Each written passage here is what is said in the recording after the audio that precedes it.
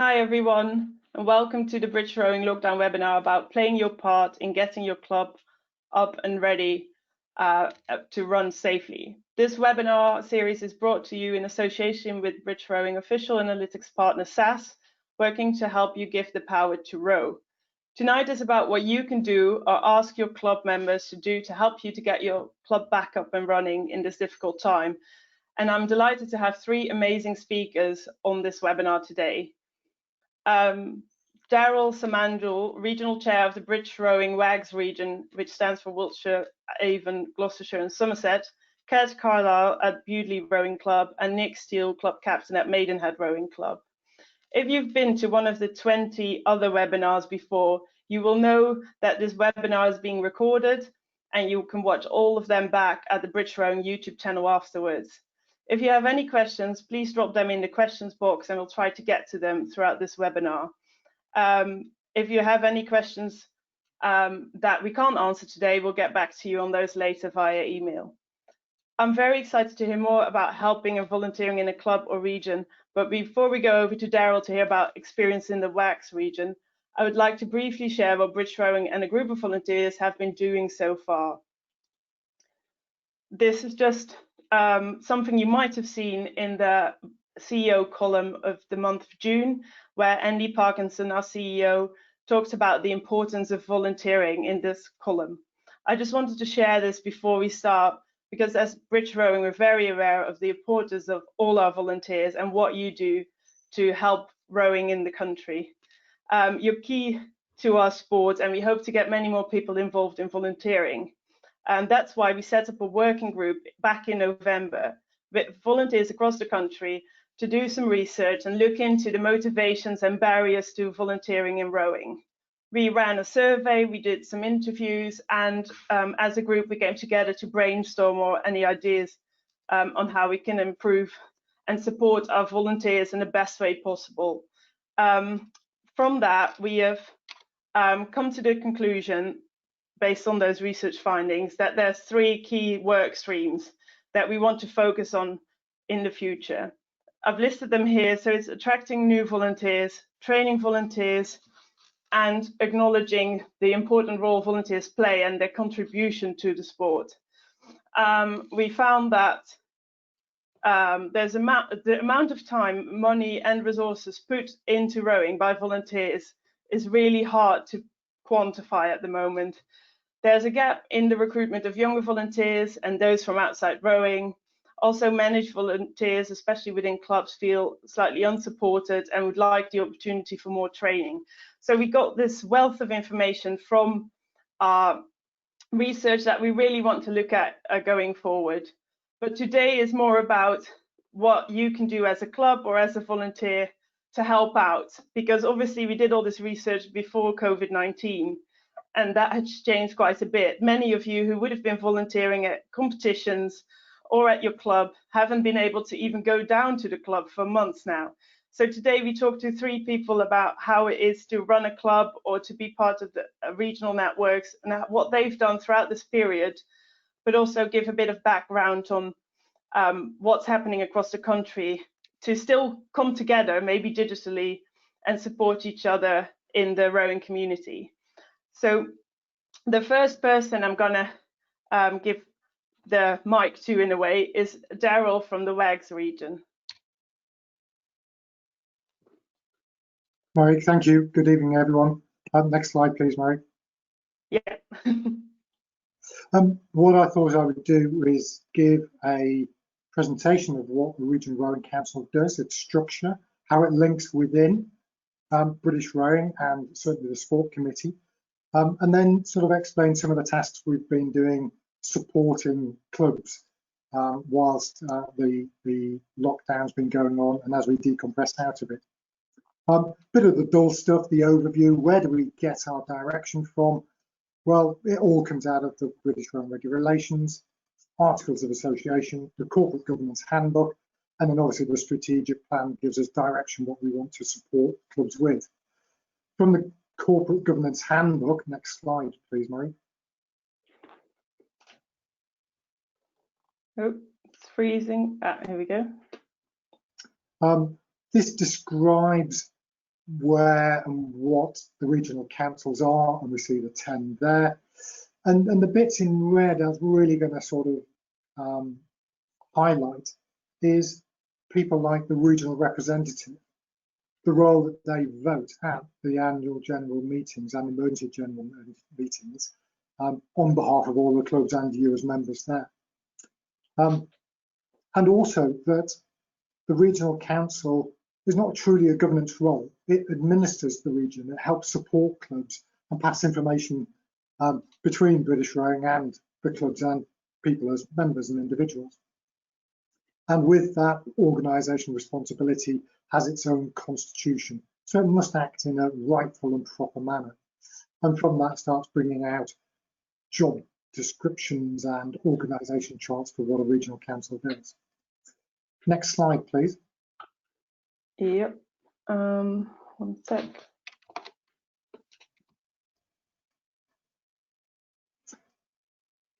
The governance handbook shows a simplistic view of how the regional council, bottom right in green, integrates with the other volunteer groups and with British Rowing.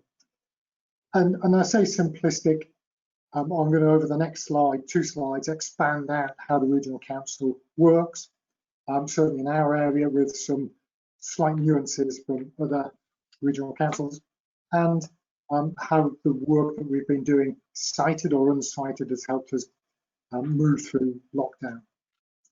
Next slide, please, and build twice.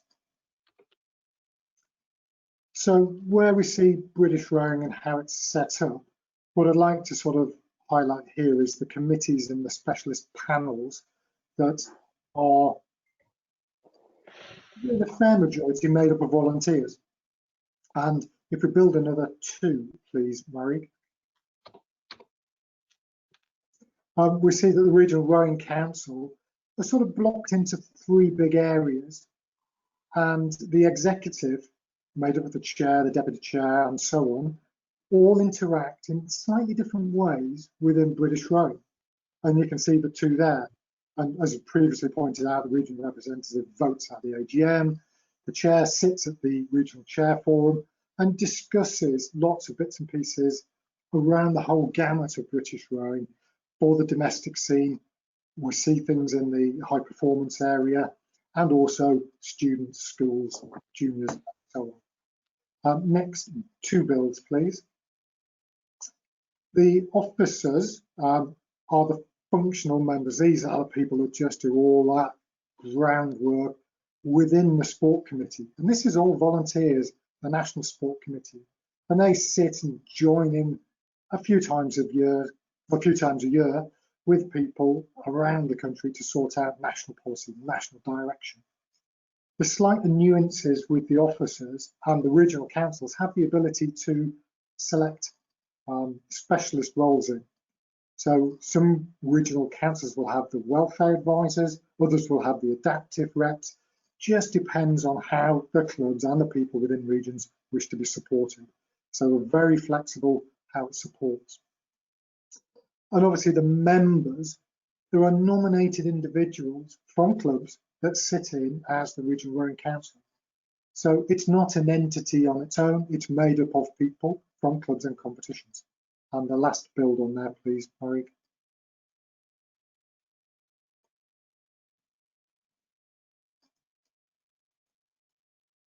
Just shows that registered individuals, the people within the clubs, link in there as well. And that sort of shows really how it all sits in. This next build, I think if we just build another 4, please, Murray. These little call-out boxes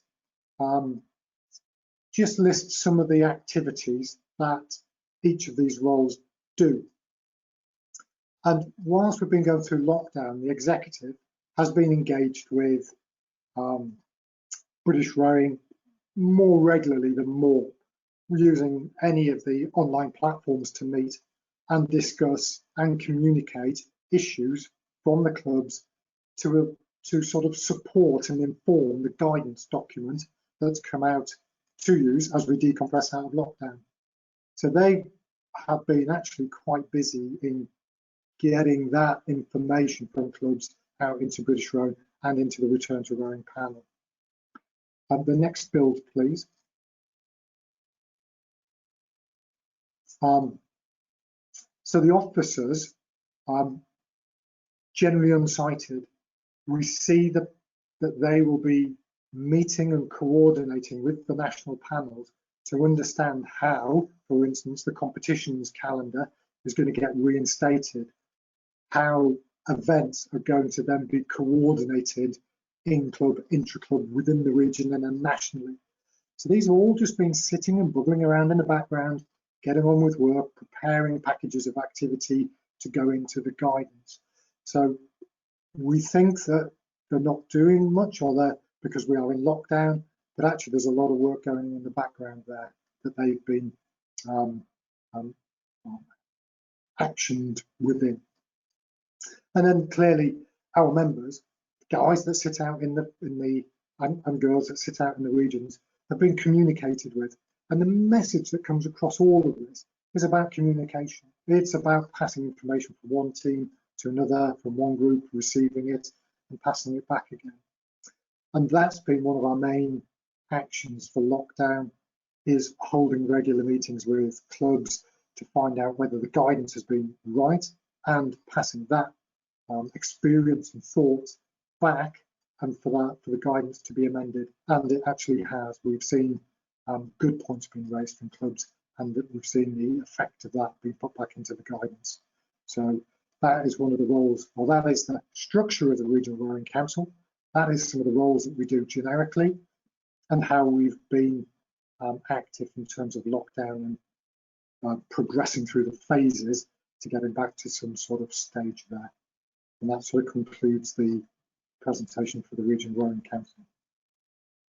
Thanks, Daryl. That was really helpful, and it is really good to see all the different roles and different tasks you have within the region. And I think it's really good, and really thank you for all that work that goes on in the background when we think that there's no rowing due to COVID-19, but actually there's a lot going on still. Just a question from me: if people watching or watching it on YouTube later would want to get involved with their Regional Rowing Council, how could they do that, or where do they start? From the British Rowing website, there is a regional link, and you will find a number of email addresses for the posts that are identified there. Contact them and say you are interested in this role or another role, and that will start your journey off. On a personal note, I've only been in the rowing community 5 years. 3 years of that have been regional chairman. So in my second year, I decided to volunteer as a regional chair, and was elected for it. And I came across a number of different things that I just didn't know about, working with articles of association, the governance, senior volunteer in an NGB, and that's all been brilliant for developing me as a person. So it's not about just doing the job, it's about developing you as a person. And I think the regional councils will help and support that if you wish to get into that area as well. Thanks, Daryl. I think moving on to Nick, as someone else who's learned quite a few new things or got surprised by the tasks that involve being a club captain, and before that a part of the adaptive squad and the sort of the adaptive coach of that group. Keen for Nick to share his experiences with a safe return to rowing at Maidenhead Rowing Club. Brilliant. Okay, well, thank you. Thanks, Daryl, and thanks, Marika and Fiona, for allowing me the opportunity to share some of our experiences at Maidenhead. And so I took over as captain at Maidenhead in November 2019. We'd just done a major clubhouse refurbishment project, and we're just dying to really open it formally and let people see the great work that the members have done. I came straight into the Red River time, so lots of ergos, lots and lots of ergos. And then moved into COVID. So I've been sort of captain Red River, captain Ergo, and I'm captain COVID. And I'd really like to be captain of a rowing club. So most of my activities with the club have been really kind of beyond the boat type of stuff. And I think it's it's really tested the community of the club, and I think the overall theme that this whole thing really talks about is, you know, clubs are communities. They play a role which I think is far over and above facilitating a sport that we love to either compete or to do recreationally. So, Marika, if you just put the next slide up.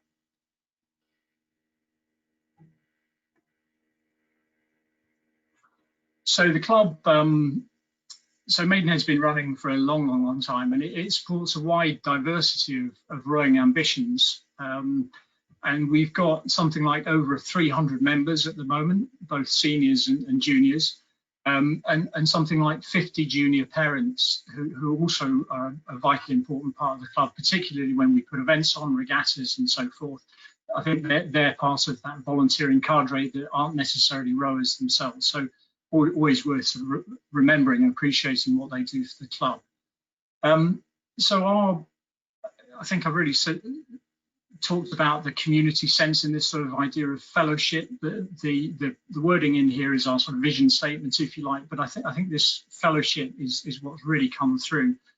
The community within the club itself, in the immediate surroundings with our neighbours, but also across the whole rowing community and the whole rowing world. And I think it's been quite vital really to support each other over the last 3 months. So if we can have a look at the next slide, we can sort of look at some of the practical things that we've done to start this process of safely getting people back onto the water. So we've adopted a principles-based approach to do this, and we can then adapt the procedures to the evolving context. And we want to consider the capabilities of individuals as we introduce them back onto the water, rather than as broad populations. And we have 11 different squads within the club, but what we wanted to do was say, actually, we would like to enable every single member to be back on the water when it is safe to do so. So we didn't paint a broad brush. We looked at individual risk assessments. Can people self-rescue? Do they know what the reach looks like? Do they know how to egress into if they need to? And use that as a guide to see who could come on the water early days. The little thing on the left is really showing what I think is the sort of complexity that we're dealing with. So we've adopted a cautious, safety-led, risk-based approach. There are 3 different dimensions to the safety. There's the rowing safety, the water safety that we always deal with, the safeguarding, particularly for the juniors, that we always deal with, but we've got this overlay of this sort of biosafety to deal with the evolving situation around the pandemic. And of course, as we know, it's affected our daily lives, and it's required, I think, quite a lot of therefore thinking and adjustment and readjustment of our risk assessment to ensure that when members do come out to the club, when they do get on the water, we can make the situation as safe as we possibly can. So we've gone through a phase process, and I think the next couple of slides in will show how we've done that. But what we wanted to, sorry, Marika, don't go there yet. What we wanted to do was really use a stepwise approach so that we would be learning from each of the phases. So we'd expand gradually. We learn lessons. We know we don't get it right all the time. We can adjust our plans, adjust our protocols. And then when we bring the next wave forward, which is to allow even more people on the river, we hopefully have got a more suitable plan, both for the practicalities of getting on the water, but also keeping people safe in those 3 dimensions. So what's showing on the screen are some of the practical changes or outputs. So we try and communicate widely. To Daryl's point, the communication is key. There are lots of different ways of doing that. We can use our squad systems. I send a weekly email out to let the whole club know what's kind of going on, talking with people, getting some feedback, building that into the plans, which we also share on the website. And what's been, I think, a really neat project that our club rowing safety advisors, Chris and Diane, and their daughters Lizzie and Caroline, have put together is a little video which is on YouTube, and it's really a kind of walk through what people need to do. So from booking the sessions to arriving at the club, all the safety process to try and minimize the spread of this virus, to leaving the club. So that's a kind of resource that we're very happy to share. It is up on the website. The little box at the top is a screen grab from an app called Fit Club Me, which I think a lot of rowing clubs use. This is something that a rower called Athena put together, and we've been using it on a squad basis for about 3 years at Maidenhead. Right now it's proving absolutely invaluable because we pre-book the rowing sessions, and Jim Hodgin, who is our boat manager and does a whole bunch more beyond that, actively manages this process so that we minimize the number of people who are at the club at any moment in time, so we can follow this safeguarding process of not more than 5 or 6 people at a time. And then the Club Hub app, which again Jim is the sort of maestro of. This has been really useful as we've been building out our cadre of session supervisors for the juniors. We need to make sure that people have got the right qualifications, safeguarding, DBS, coaching qualifications, and the Club Hub kind of is a one place go-to. So I think that the digital age really helps us do this, and it would be I think doubly challenging to get to where we've got to without some of these tools. And then the little poster in the bottom right-hand corner really is a sort of call out to the connection with the region. So I'm a member of the Thames Regional Rowing Council. I represent adaptive rowing, but I think, as Daryl said, it's another forum. It's a way of us connecting, sharing our issues, concerns, and learnings with other clubs in the region. And I personally, it's been a very useful process and forum to be able to sort of bounce ideas off, and practical things have come out as well, which is such as this little poster which saved us scrambling around to try and find photographs of rivetees and so forth. So this is kind of how we've done it where we are. We've moved in lockstep with British Rowing, with the phases, and I do want to appreciate the work that the British Rowing teams have done, the 3 committees, bringing out the guidance, which I think has been really well thought out. So we've moved in step with that. What we've kind of done here is brought more and more boats and more people through the different waves. So we're on wave 3 at the moment. We launched that at the weekend. And the little timeline at the bottom just shows the 11 different squads plus a group of shielders. And we've created a very early morning slot to minimise their potential interaction with other people, particularly members of the public. And we've had some shielders out over the last week. So we've kind of moved through from having 8 individual outings a day on the 16th of May when we got back onto the water to something like 48 a day, which is what we're running at the moment. And since the 16th of May, we've had over 1,400 individual outings with 102 senior members and 24 juniors from these 12 groups out on the water. All of those in time slots 5 to 6 at the club at any one time. So managing that social distancing process. So the most recent step has been to bring out the younger than J16s. We need to make sure we've got coaches, and the ability to bring limited launches out has really helped us to do that. So if we look at the next slide, Marika, which is my last one, this is the sort of, well, how does it actually all work? And it is the theme of the webinar tonight. It's our active and committed volunteers that really enable this to happen. So what I've shown here are the existing ways that the club works. So we have a club committee, we have a rowing committee, and of course squads, all centred on the members. So specifically over this last period, the club committee has really agreed the direction, agreed the overall approach, and has been the mechanism for approving the procedures that we've put out, but also in the case of when we've had to kick things upstairs because we've got a few issues to sort of challenge and sort ourselves out. The committee sort of steps in and supports us to do that. I think the rowing committee, and there are 12 people on the rowing committee really came into its own during the lockdown period. So we were sharing between the different squads, different virtual activities, whether they were ergo challenges or bike rides or coffee mornings, whatever club teams were wanting to do. And so that then became a forum to share ideas between the different squads, to make sure that the club members felt that they were supported, they were engaged, and remained connected to the club.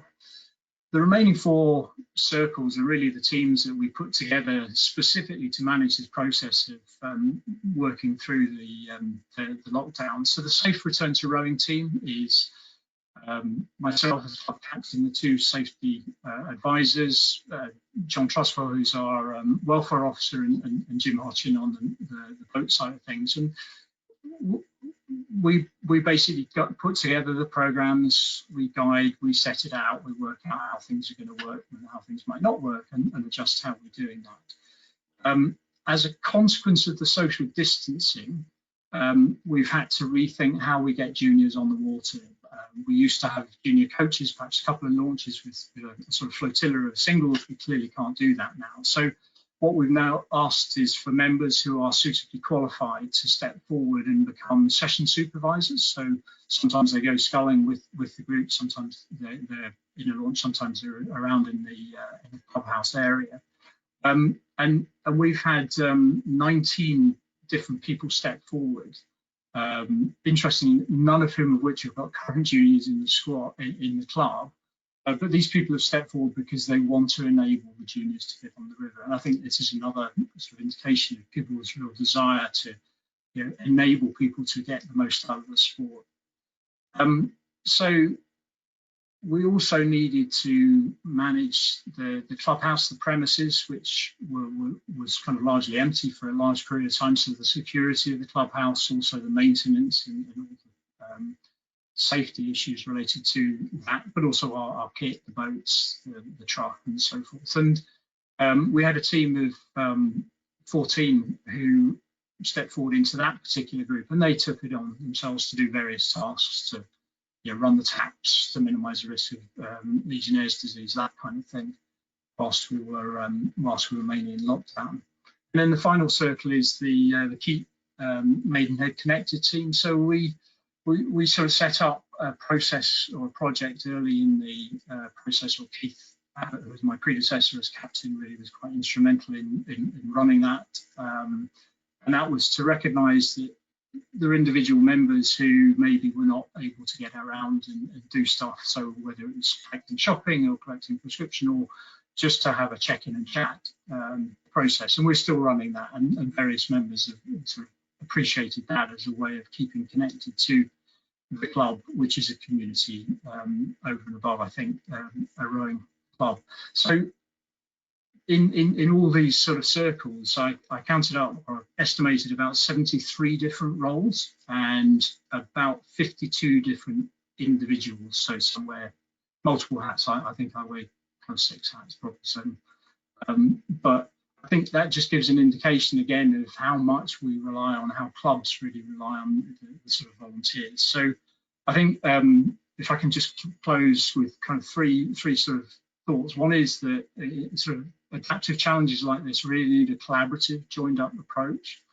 I think there's a really strong sense of community within the clubs and across the whole rowing world, which steps in to sort of support people through these challenging times. And that finally, that active and committed volunteers really enable our clubs to run and flourish through good times and challenging times as well. Thanks, Nick. That is really interesting to see. And this the amount of people, you just like 50 to 72 roles in this graph. It's just amazing, isn't it? There's everyone helping each other out, even if they might not be able to go out on the water in a crew boat, that they support juniors to be able to go out. I think that's great. Just one question from me. What is the main difference between what you expected to be doing as a captain and what you're doing now? Well, I was hoping to don my blazer tomorrow, and I was hoping to have a fully competitive crew, and I YFOL competitive crew. I was hoping to have a World Masters competitive pair, Masters women competitive double, and it goes on. You know, I kind of really wanted to have my captaincy marked with some more silverware and some more people enjoying the sport. And actually, talking to the recreational side of things, we were going to host the launch of a Thames tour that was going to start in September. So we were going to have the boathouse full of these huge touring quads. So that was kind of what I signed up for, I think. I'm not sure this is what I signed up for, expected, but you know, it's an opportunity, isn't it, to do things a bit differently. And I think actually one of the positives is I've been out on the water as a session supervisor with some of the juniors who I kind of knew their names, but really hadn't interfaced with much before. So it's kind of maybe softened the boundaries between some of the squads, and again, people come together in sort of tough times, don't they? Great. Thanks, Nick. To everyone listening, if you have any questions, just pop them in and we can get to them at the end of the webinar. So if you have any questions for Nick, just let us know. Up next, Kat, do you want to chat a bit about what's going on at Bewdley Rowing Club?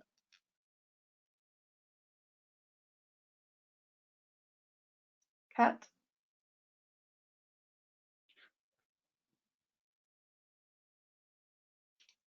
Can you hear me now?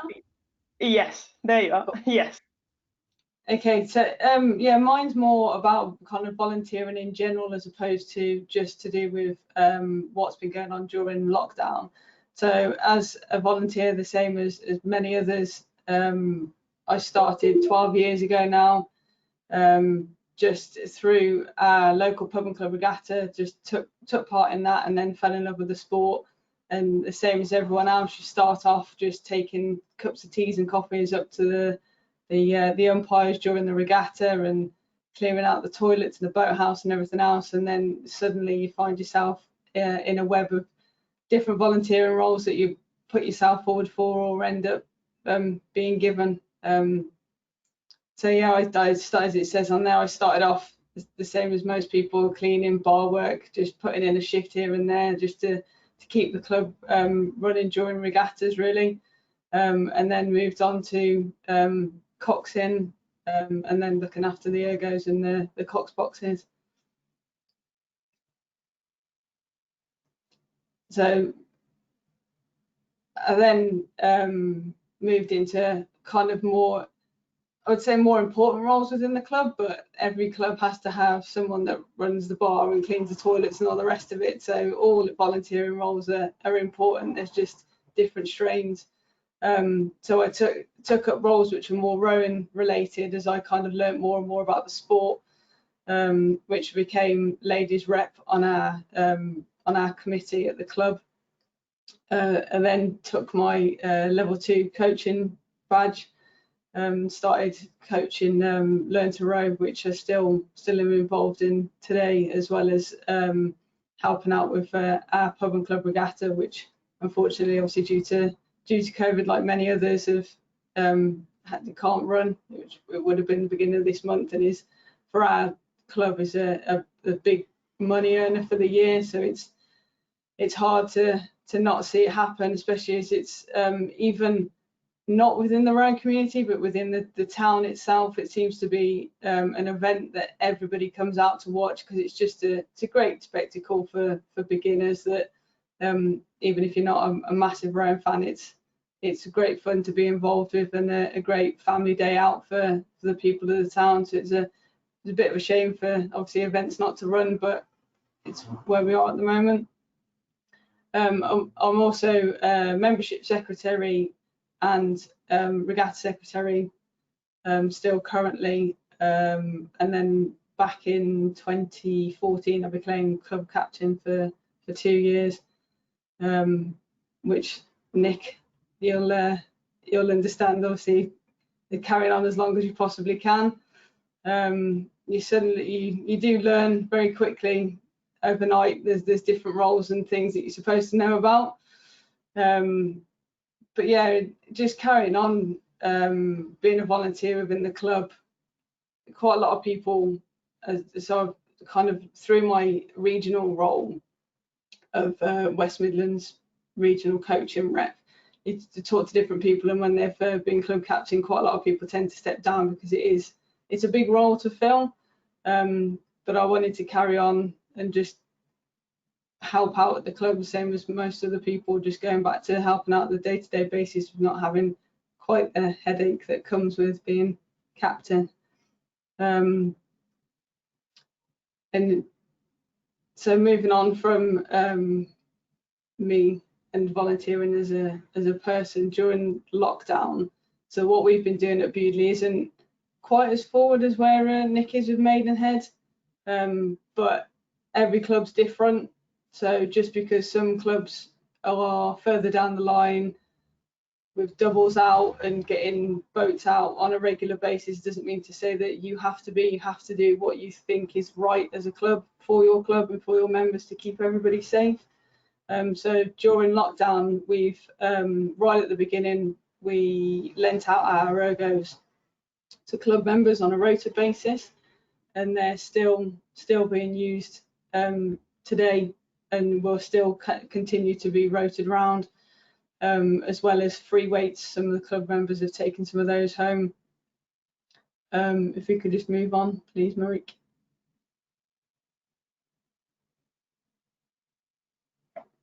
Cool. So yes, we've got a spreadsheet that keeps updated based on, so we know where the ergos are at the time. Everyone that's borrowed one obviously knows they've got to look after it and return it to the club in the condition that they had it in. But it just keeps members fit and active at home. Some members are training within their own squads, so they're doing it via Zoom, or they're doing their training and then meeting up after via Zoom for coffees, as they would do normally down at the club. So just to keep morale going, really. The phase what we've been doing and where we're at the moment. So phase one at the club was we got private singles out.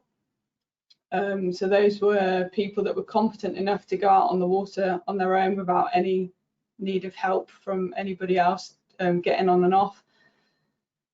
Then we moved across to allocating club singles to competent scullers, as well as people that have got their own boats but weren't quite competent enough to launch and land on their own. So we were allowing people from the same household to go down to help land and launch, but the person that was down there as a helper had to vacate the premises whilst that person was on the water, and then come back and collect them afterwards. And Nat, sorry. So, and then no, it's fine. So we've moved on from single scullers to double sculls, but only people from the same household at the moment. And we're allowing, as you can probably see from that picture, that people are still social distancing whilst being on the steps.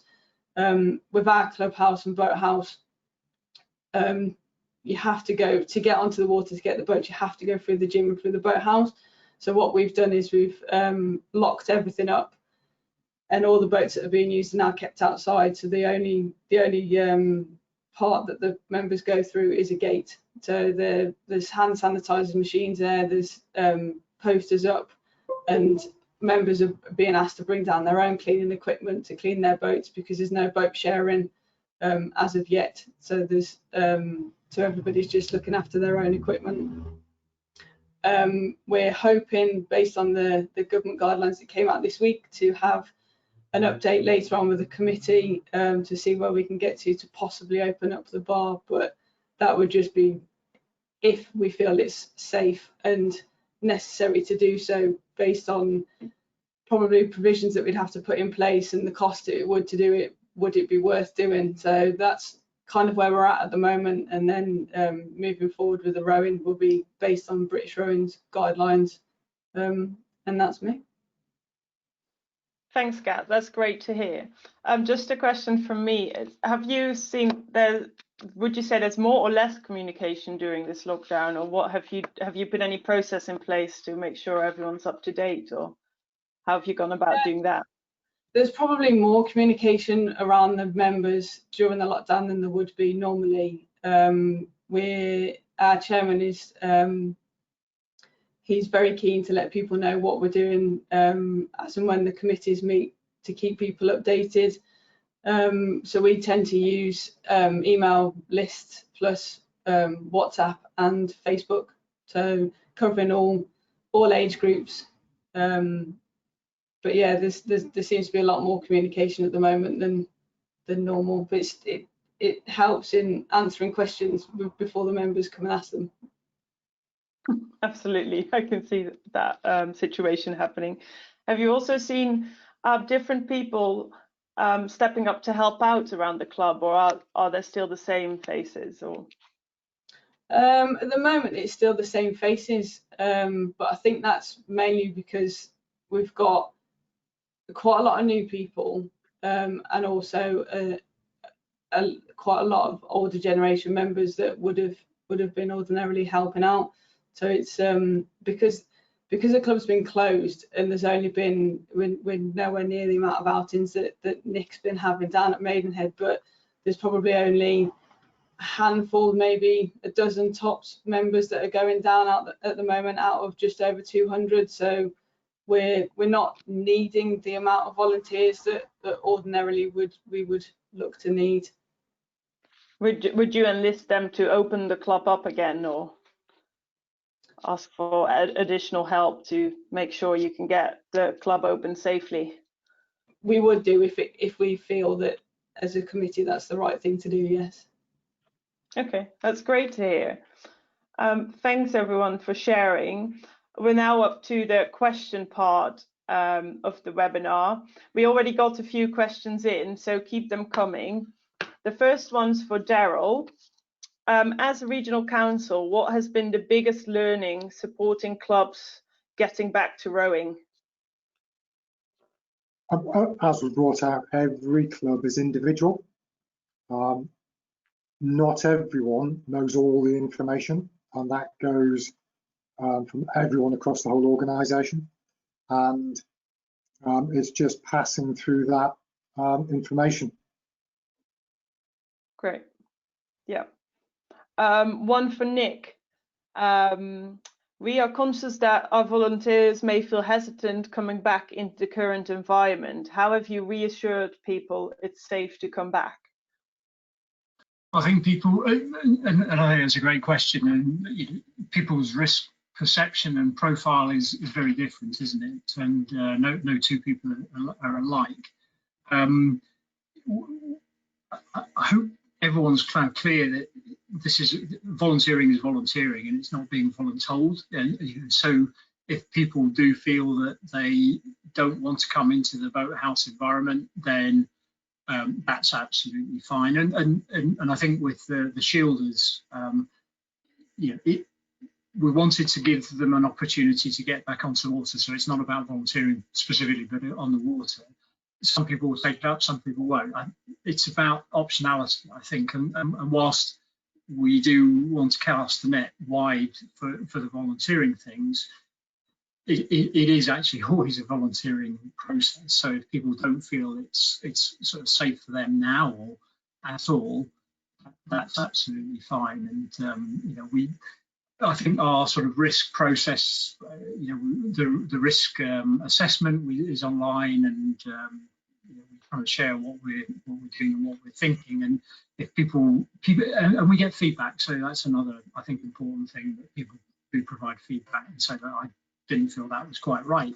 Can we think about that again? So, A, it's optional, and B, we try and take on, where practical, and work it into the go forward protocols. Great. I had another question about the shielded rowers. Does that include over 70s? Yeah. So it's as per the government guidelines. So it's over 70s. It's vulnerable for medical reasons, whatever. And we created it so 6:30 in the morning, which is right now it's good. If we carry on into the autumn, maybe that would be a bit challenging. We just have to be a bit careful and mindful of our neighbours who don't necessarily like the clanking of the chains as the boathouse doors go up. So we've asked that group to be specifically mindful of the neighbours, and because we need to be good citizens and neighbours people that live around the club as well. Great, thanks. A question for all three of you. What more advice would clubs and regions like from British Rowing? Can I start? So, Yeah. First off, real thanks for this, the guidance that's been coming out. I think it's been really well communicated. I think it's been really well thought, and that's really, really good. A specific area that we would like support on is coach training. So I talked about our sort of junior parent cohort, and a lot of them prior to lockdown prior to Red Rivers last year, let's say, were part of supporting the junior training sessions, and we were wanting to put a bunch of them through a level 2 session coach process to sort of allow them to actually take the reins and have some sort of authority, if you like. So it would be really helpful to move that training online so that we could then get people through the course. Clearly, there are elements of it that have to be done on the riverbank, but we'd like to get that group of volunteers who are sort of frustrated volunteers, I think, at the moment, because they like to do stuff but they can't because they really need to get this. So if British Rowing could help to get that online and delivered, that would be really appreciated. Thanks. Daryl, Kat, anything from you on what you hear from your club or in the region about guidance that would be helpful or for volunteers? Nothing that hasn't been said already. I think all the information has been positive. It's all been about what we can do. And I think there may be some 1 or 2 guidelines in there about where the boundaries do lie, and making those quite explicit so we know that these are red lines that we should not go near or step over, just to ensure those that do push the boundaries and looking for that reason and opportunity to do something they may not, there's that clear boundary there. So that should be something that's all in there as well. Great. Kat, I got another question for you. Do you look for volunteers from outside the club as well? Do local people offer to help, or do you focus on recruitment within the club? It's all recruitment within the club. Yeah, it is all people within the club. We don't have outside people that come and help volunteer. But have you in the past asked people in the community to volunteer, or has there been any type of outreach?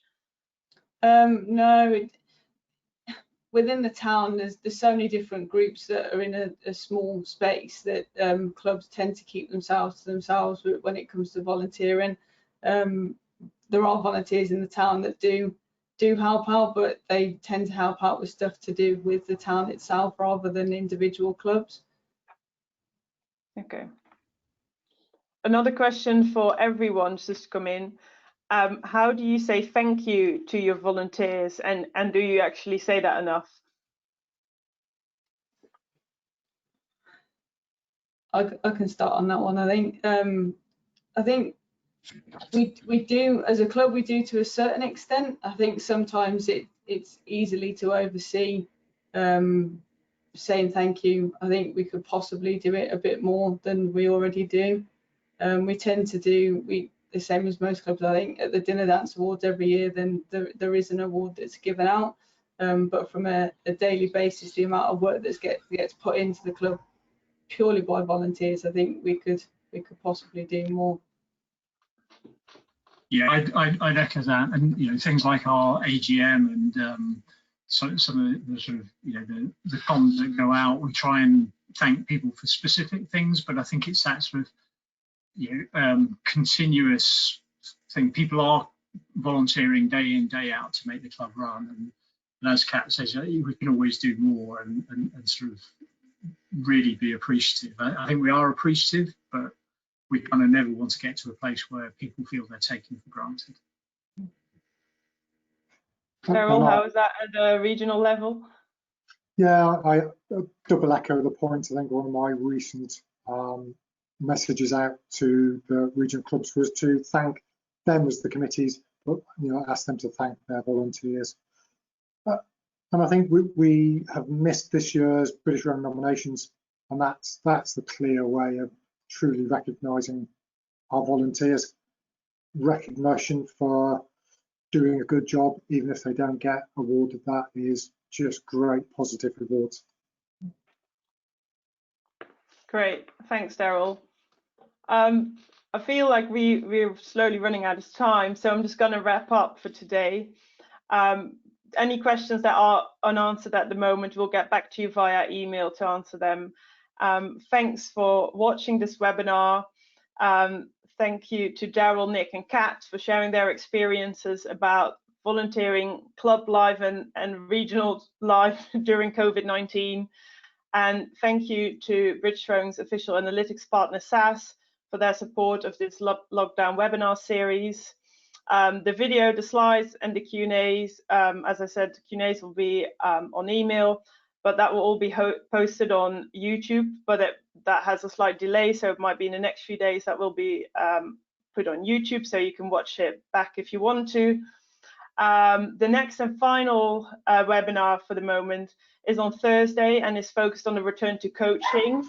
So if you are a volunteer rowing coach and you're watching this, definitely tune in on Thursday for the return to coaching webinar. And finally, you also receive an email after the webinar for any feedback. So if you have a moment, please provide any feedback to this webinar. A final note is to say that the volunteer working group is still working together digitally to write the volunteer action plan. So at some point you will see that, and it highlights the attracting of new volunteers, supporting and training volunteers, and recognizing and acknowledging their contribution. So at British Rowing, we are constantly looking at how we can better support our rowing community in the broader sense, but also our volunteers. So keep an eye out for any news around that, and hopefully we can soon be volunteering at regattas and other events again. Thank you all for joining tonight, and have a nice evening.